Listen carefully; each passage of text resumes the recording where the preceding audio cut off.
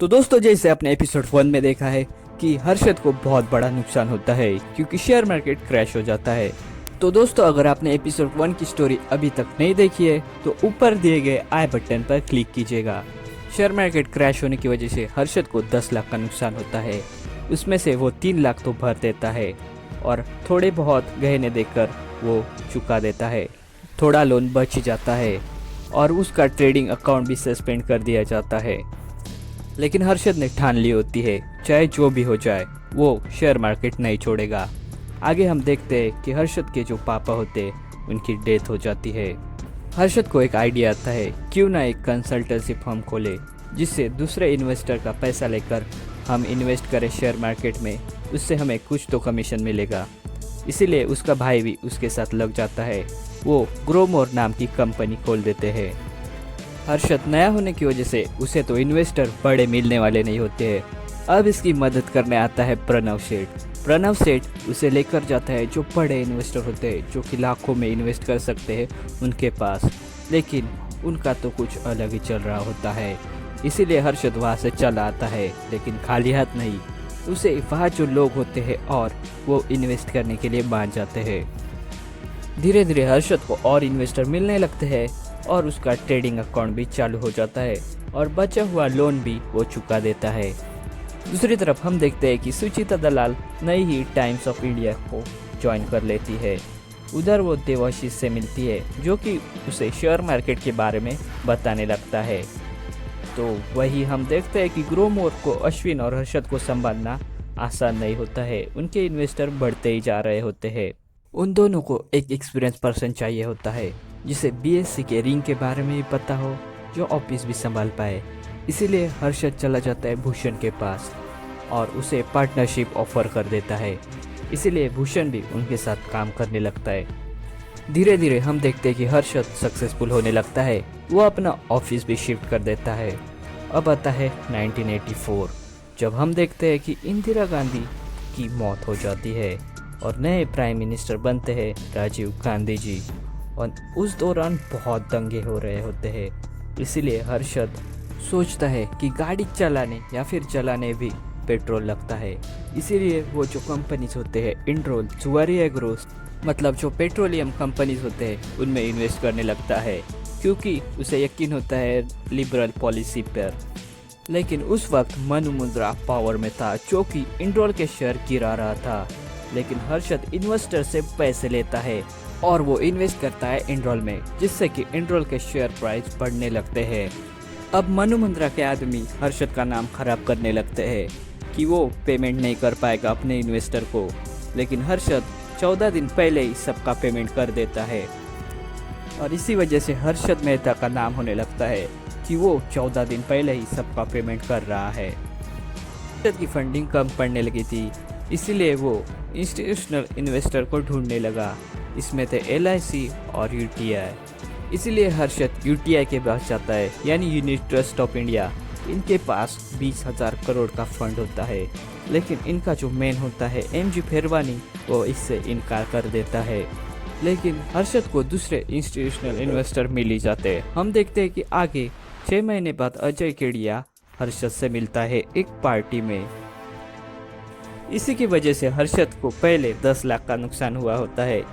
ये बात हर्षद अजय केडिया को बता देता है। अजय केडिया कहता है कि अगर तुम हीट सह नहीं सकते तो किचन से निकल जाओ, मतलब अगर तुम नुकसान नहीं उठा सकते तो तुम शेयर मार्केट में नहीं रह सकते। अजय केडिया का ये एटीट्यूड देखकर हर्षद को गुस्सा आता है, लेकिन तभी प्रणव कहता है इतना एटीट्यूड तो ज़रूर होना चाहिए उसमें, क्योंकि वो मनी मार्केट और शेयर मार्केट पर राज करता है। प्रणव आगे कहता है कि मनी मार्केट में बहुत सारा पैसा है। तुम्हें पता है शेयर मार्केट में डेली वॉल्यूम होता है 10,000 करोड़, तो वही मनी मार्केट का डेली वॉल्यूम होता है 2 लाख करोड़। मनी मार्केट में पैसों का लेन देन होता है। जिस बैंक को पैसों की ज़रूरत होती है उसका बीच का मीडियम होता है ब्रोकर। ब्रोकर दूसरे बैंक से पैसे लेता है और जिसे ज़रूरत होता है उस बैंक को पैसे देता है। लेकिन हर्षद जब ये बिजनेस करने सिटी बैंक के पास गया, तब वहाँ जो त्यागी होता है वो साफ इनकार कर देता है, क्योंकि उनका ब्रोकर होता है केडिया। त्यागी आगे हर्षद को कहता है कि तुम अभी नए हो, जाकर सीख कर आओ मनी मार्केट के बारे में, तुम्हें इतने नॉलेज नहीं है। लेकिन हर्षद अब रुकने वाला नहीं होता है। वो जो छोटे बैंक होते हैं उनके पास जाता है और सारे बैंकों को एक कर मनी मार्केट में अपनी पोजीशन बना लेता है। ये बातें अजय केडिया को और त्यागी को पता चलती है, लेकिन उससे हर्षद को ज़्यादा प्रॉफिट नहीं हो रहा होता है, क्योंकि कुछ बैंक के पास तो फंड भी नहीं होते हैं। अब हर्षद चला जाता है SBI के पास और SBI वाले बिजनेस के लिए मान जाते हैं, क्योंकि हर्षद का रिकॉर्ड देखकर उन्हें पता चलता है कि वो रिस्क तो लेता है लेकिन इन्वेस्टर का कभी वो नुकसान नहीं करता है। अब हर्षद के पास पूरी पैसों की दुकान होती है। हर्षद अब शेयर मार्केट में वापस जाने की सोच रहा होता है। तभी इसे आइडिया आता है कि जो कैनरा बैंक से डील करने के लिए पैसे दिए गए थे उनको तो 10 दिन के बाद सिक्योरिटी चाहिए होती है, मतलब बैंक रिसिप्ट, जिससे सिक्योरिटी हो जाती है कि पैसे किस बैंक के पास है। तो वो पैसे हर्षद SEC में लगा देता है। अमाउंट बहुत ज़्यादा होता है, इसलिए SEC का रेट बढ़ने लगता है और उससे हर्षद को भी बहुत प्रॉफिट होता है। उधर केडिया और त्यागी भी परेशान है, क्योंकि हर्षद भी उनकी तरह मनी मार्केट के पैसे शेयर मार्केट में यूज करने लगा है। अब हर्षद इतने पर ही नहीं रुकता है। हर्षद एक बैंक से फेक बैंक रिसिप्ट बनाकर दूसरे बैंक को धोखा देने लगता है।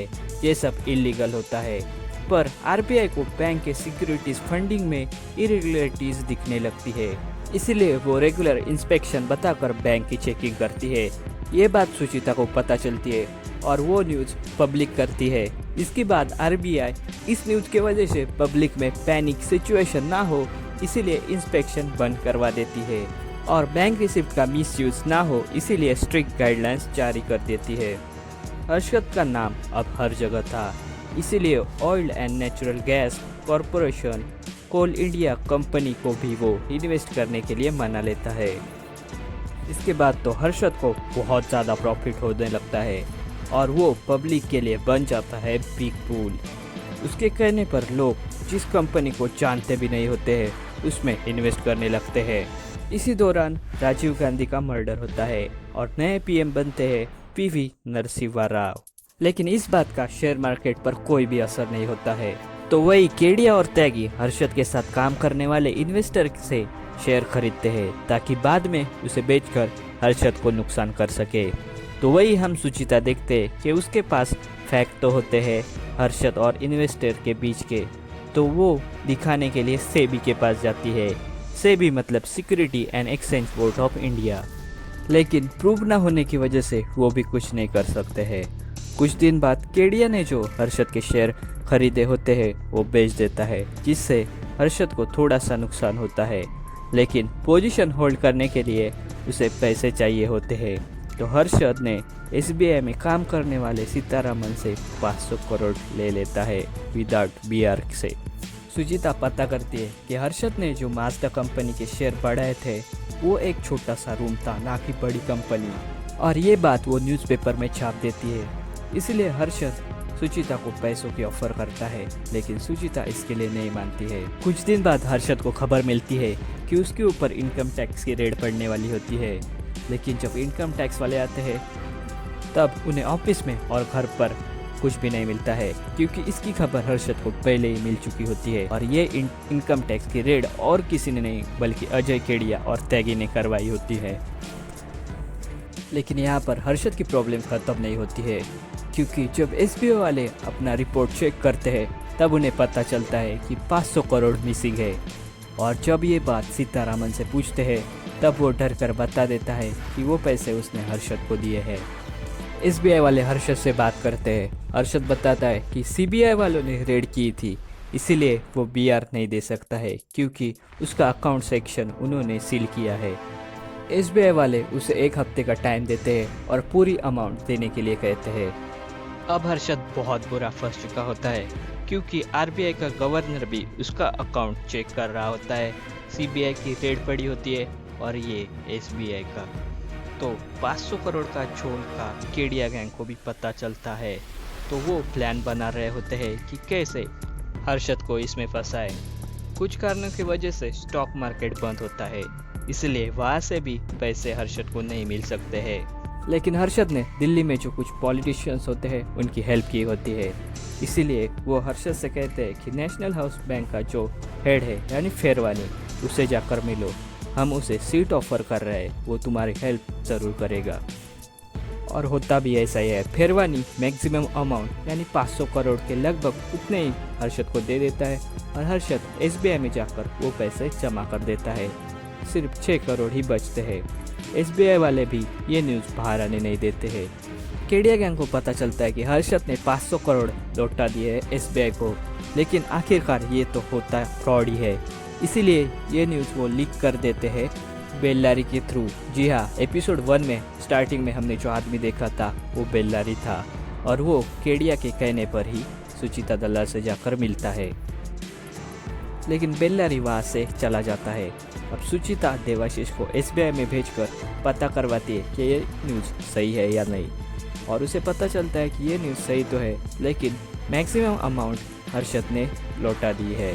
अब सुचिता अपने सीनियर से बात कर ये न्यूज़ पेपर में छापने के लिए उन्हें मना लेती है, लेकिन इसमें हर्षद का नाम नहीं आता बल्कि बिग बुल से नाम आता है। इससे हर्षद का ईगो हर्ट होता है और वो गलती कर बैठता है। वो न्यूज़ में बताता है कि हाँ, उसने 500 करोड़ लिए तो थे, लेकिन वापस भी करवा दिए। RBI की गवर्नर भी हर्षद के हर एक ट्रांजैक्शन चेक करते हैं और उन्हें पता चलता है कि ये सिर्फ 500 करोड़ का नहीं, बल्कि हर्षद ने हर एक ब्रांच में बहुत स्कैम किया होता है। लगभग 5000 करोड़ का ये स्कैम होता है, लेकिन उन्हें ऊपर से ऑर्डर मिलते हैं कि ये न्यूज़ बाहर नहीं आनी चाहिए क्योंकि पब्लिक में शांति बनाए रखनी चाहिए। लेकिन वो जाकर मिलते हैं सुचिता से और सुचिता अगले ही दिन में ये न्यूज़ प्रिंट करवा देती है। इसके बाद हर्षद के शेयर्स गिरने लगते हैं और जल्दी उसके ऊपर CBI इंक्वायरी बैठा दी जाती है। CBI ऑफिसर स्ट्रिक्टली इन्वेस्टिगेशन करता है। तब सीतारामन उसे बता ही देता है कि उसने हर्षद को पैसे दिए थे। अब CBI ऑफिसर फेरवानी की भी पूछताछ करता है, लेकिन फेरवानी कुछ बोलने के लिए राजी नहीं होता है क्योंकि उसका कनेक्शन ऊपर तक होता है और इसी वजह से पॉलिटिशियन को भी तकलीफ हो सकती है। लेकिन आगे हम देखते हैं कि फेरवानी की मौत हो जाती है। 2 महीने तक हर्षद जेल में होता है, जबकि अश्विन बेल पर छूट जाता है। हर्षद इन्वेस्टिगेशन में बताता है कि इसमें PM का भी हाथ है, इसीलिए जो ऑफिसर होता है CBI का, वो अपने सीनियर से बात करता है, लेकिन सीनियर उसे कहते हैं कि सारा इल्ज़ाम हर्षद पर ही आना चाहिए। ऐसे ही साल गुजरते रहते हैं। हर साल आता है 2001, जहां हम देखते हैं कि हर्षद को पता चलता है कि जो 26 लाख के शेयर थे भूषण के पास संभालने को दिए थे वो मिसिंग है। जब वो बात भूषण से करता है तब भूषण बता देता है कि हर्षद और अश्विन जब जेल में थे तब उसने ओपन मार्केट में वो शेयर बेच दिए।